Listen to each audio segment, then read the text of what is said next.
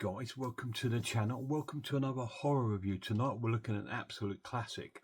We're going down the 1940s to the Universal films, and we're going to be looking at a film from out of the Mummy set. And tonight we're going to be looking at The Mummy's Curse. You know what I'm like, I don't watch films in kind of order. I think it's more fun when you don't. So we're going to have a look at that one tonight, which is in this set, which is called the Legacy Collection, which has all the early Universal Mummy films.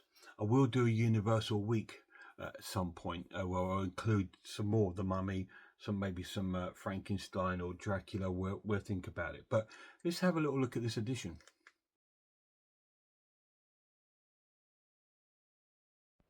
So this is the physical edition. This is from the Mummy Complete Legacy collection, and tonight we'll be looking at The Mummy's Curse, which is within this set here, and it's on this disc here, The Mummy's Curse. So that is the edition. So that is the physical release of The Mummy's Curse within the Legacy collection. So yeah, all these Universal films were released in these packs. There was an initial box set called the Monster Collection, which had the classics in there, like the Mummy, Frankenstein, Dracula. But this one has all the other individual movies that are in there. And so I thought, well, we'll delve into one tonight. But let's have a look at this disc and see if there's any special features on it at all.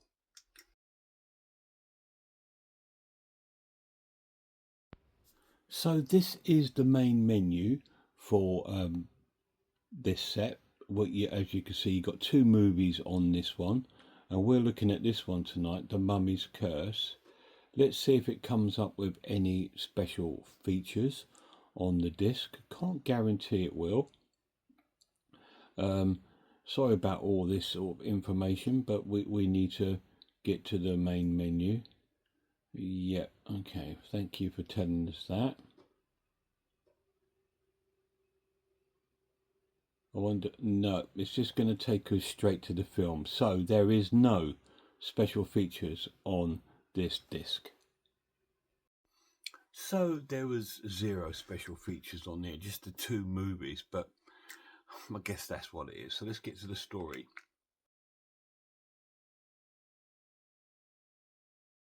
Now, not so long ago, I reviewed on my channel Hammer's film of The Mummy. This is the same story, pretty much the same story. It's about a princess, Anaka, who's played by Virginia Christine, and the film sort of starts off at this swamp area where we see all these workers. They're in this bar and they're having a drink, and there's like being sung to by one of the local women at the bar. First of all, what's this, a western? Because it looked like one. But these are all people that work in the local swamp, and then stories start coming out about the curse of the swamp. Like there's a mummy there, and all these sort of people don't want to work there, and all the workers don't want to work there. And then we sort of meet the main know his name, the main guy, that the boss of the swamp, and he's trying to persuade them all to work there, and they said they won't because of the curse of the mummy. And then we have a professor turn up. I think his name is Horsey, and he's played by Dennis Moore, and he's got another guy in called Izor, played by Peter Koo, and they are from a museum, and they've been there to excavate this swamp because they believe that there's a mummy in there. And then Izor goes on to tell the story of the princess Anaka, who sort of like dies, and this guy that loves her tries to resurrect her, but he gets caught by all the slaves, just like in the Mummy, and he gets mummified, and he's there to protect her. But some Americans have been over to Egypt and excavated these mummies and brought them over, and they've sort of like got lost within the swamp, as they do. And so that they're trying to figure out if the mummies are buried in there, but the boss of the place doesn't want that to happen. Anyway, one of the workers dies around the swamp, so they all go over to have a look, and they see like the outline of a body that's been in the mud and stuff like this. And the professor Horsley goes, "Oh, this is the mummy," sort of thing, and all this crazy stuff going on. And then we see our Izor. He goes up the hill, and there's like this old kind of like derelict church there, and there's all these Egyptian stuff there, including a tomb with the mummy in it, and the mummy is played by Lon Chaney. And he sort of resurrects him and gets him to go out to kill everyone to go and get this Princess Annika. Now, whilst the workmen are digging up this sort of swamp area, we see this other body arising from the swamp, from the depths of the swamp, the mud, and it's our princess, played by Virginia Christine, and she doesn't know who she is. She's sort of like thinks she's just she's lost her mind, but then when she sort of like sees our Izor, she sort of becomes sort of hypnotized and almost follows him, and all these sort of crazy things sort of coming on. So part of her knows what she is and a part of her doesn't, and our mummy's on the sort of killing range to go out there to get her back to sort of save her. Is he going to do it, or is the mummy going to be stopped? You need to watch it and find out, because I won't tell you anymore. But here's the final verdict.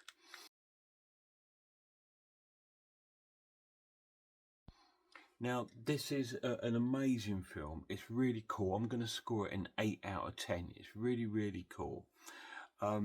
It's quite short. It just lasts for 1 hour. So it's quite a short film. So there's a lot goes on very quick in this film.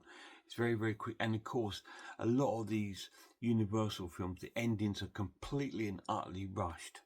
Like the last 45 minutes is really rushed through to get to a climatic end, because they're probably thinking this is running out of time, because the first sort of 20 minutes is a lot of like explanation about the story of the mummy and the princess and the swamp and the workers and all this. So we get all this, and then obviously our mummy comes and goes out on the rampage, and then we get our finale. It's so sort of rushed, but that was quite normal for a lot of these kind of Universal films, but it doesn't stop it from being a classic. It is a really, really cool film within this set. It's such a cool set. I do love the Mummy films. I think these are some of my favourites of the Universal monsters. Yes, I love Frankenstein, but the Mummy has a special place in my heart. I really like it. And don't get me wrong, I do love Dracula, but the Mummy and the Frankenstein are definitely my go-tos when it comes to these old Universals, because I like the monsters. I just think they're cool. And the Mummy does look like that. It looks really cool. It's all raggedy with all sort of loads of mud dripping off it and just one eye working and lots of bandages all sort of hanging off him and stuff like this. And he goes around strangling all these people. It's really, really cool. It's a great film. Really recommend it. The pluses of this edition, it does look really nice on Blu-ray. It does look cool. It does look a bit aged. I think this could do with, I don't know if these have had a 4K release. I know a lot of them have had a 4K release, but I don't know all these older ones like The Mummy's Hand, The Mummy's Curse, Frankenstein versus the Wolfman. I don't know if they've had 4K releases. I don't know. But it still looks really nice in this set. It's a great set, and it's great to see Lon Chaney playing the Mummy. I think in the original one, I'm sure it was Boris Karloff, or Boris Karloff might have played the Egyptian guy, but I'm not sure. They all seem to have that Egyptian guy who's there to try and bring the Mummy back to life. But it's a really cool film. Really loved it. I highly recommend it. Guys, go and check out some horror channels for me. Check out Horror Hands, Horror Geek, Man v Film, RS Design, The Maniac, Sammy G's World of Cinema, Grumpy Andrew's Horror House, Cat Watches Horror Movies. And a massive shout out to my lad, Till next time, look after yourselves, look after one another, and I really hope I'll see you all soon.